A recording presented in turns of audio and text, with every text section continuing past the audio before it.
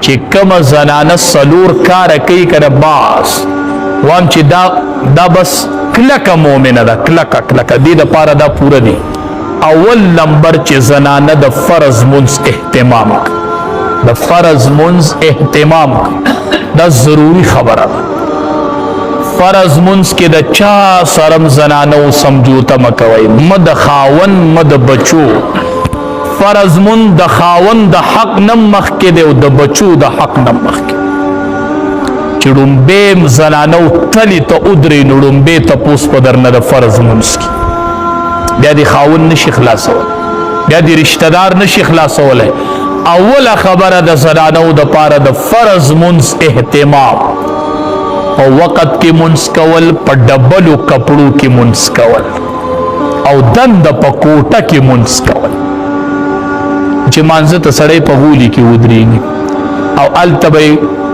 سالن پخې ځان ته به سالن کټوي مې اخوات ورته مصلی ورواچي وي زدا وخه ورته خوري نشي زه ورته منځ کم په مانځه کې به کې کوکر سي کوي دا منځ دی په مانځه کې د وړو د کلارولو نگرانی کوي دا منځ دی نه چې د مانځه ټیم شو آزاد پوش باس او د سکو درون لباس واو او په کوټه کې په ګوټ کې ودرېږي منځ د رب سره ملاقات منځ د الله په دربار کې حاضری لګولې وای دا هغه منځ دی چې د ټولو نړومبې به زمانه د دې فرض منځ تپوس په میدان محشر اولنۍ خبره دویمه خبره د زنانه د پاره ضروری خبره اگر د پردی اهتمام چې دې زنانه کې پردی غټ اهتمام په وجود د غیر محرم نظر نه پریږدي په نرو کپړو کې مون نه کیخا چې ولاړه په مانځي او په کوټه کې ودرېده نو چې لوپټای په سر کړي ټول سره پکې ښکاري نو دا مونځ کېږي نه مړوندونه ښکاري نو دا مونځ کېږي نه نو درون لباس او د خپل پردې د وجود اهتمام کول دا د خاون په حقونو کې راځي ښه زنانه به د خپل وجود د پردې خیال ساتي دا په د خاون حق دی حق دا د خاون حق ځای کوي چې دا د پردې اهتمام وکړي یو د فرض منځ اهتمام کول او بل د خپل وجود پرده او ستر د دې خیال ساتل دریم د خاون رضا اغستل خاون رضا کول خاون رضا کول د خاون د رضایي چې خیال ساتي دا زنانه نه د خبر اما توي زه د شپې تهجد کوم زم اول له خاون نه تپوس وکړم چې د تهجد کوم ته خوشاله کته نه خوشاله نو چې تهجد په ټیم زتا له د خپو چاپی کوم څنګه وای نو که خاون وای چې تهجد مکه او مال چاپی کو نو دل چاپی شو کړه تهجد په ټیم کې دل خپې مالش تهجد په ټیم کې دل خپې مالش نو د خاون رضا اغستل زکا دا خبره کوم چې د خاون حق لومبه دی د نوافلو نه د خاون حق لومبه دی دا د فقه مسله ده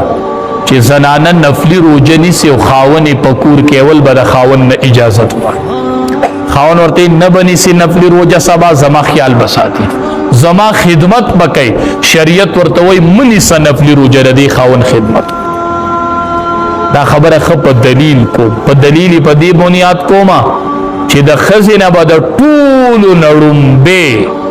په میدان محشر کې تفوس کیږي عن صلاتها د فرض منځ تفوس په د ټولو نړومبه د زنانه نه د ټولو نړومبه به د فرض منځ تفوس کیږي چې څنګه د فرض منځ فارغ شي بیا تفوس د نوافل نشته بیا تفوس د نفلی رجوع نشته بیا تپوس د تهجد نشتا دویم تپوس ډایرک د خاوند حق دی اول فرض منځ دی بیا د خاوند حق دی نو د خاوند حق په نوافل مقدم دی په تهجد مقدم دی په نفلی رجوع باندې د خاوند حق د خاوند رضا باندې دویم تپوس پتا نه د خاوند د رضا کی زنواب نبی علیہ السلام فرمائی ایما امرأت ماتت وزوجها عنها راز دخلت الجنہ نبی علیہ السلام فرمائی چې کم خزه وفات شولا او د دې سره یو سرټیفیکیټ و چې وزوجها عنها راض خاوند ته ناراضو خزه وفات شولا او خاوند ته ناراضو بعضې ښځه وفات شي خلق د ډېرو تهجد ذکر کوي ډېره تهجد ګزاره وه ډېر نوافلي وو ډېرې صدقې ورکولې خو خلق وایي خاوند ته نه خپه د دې معامله ګرانه د دې معامله ګرانه ده چې خاوند ته نه خپه د دې معامله ګرانه پرېوځي د دې معامله ګرانه ده ښځه وفات شوله وزوجها عنها راض د نفلي منځونو ذکر نو د تهجد نو نفلي روجې نه وې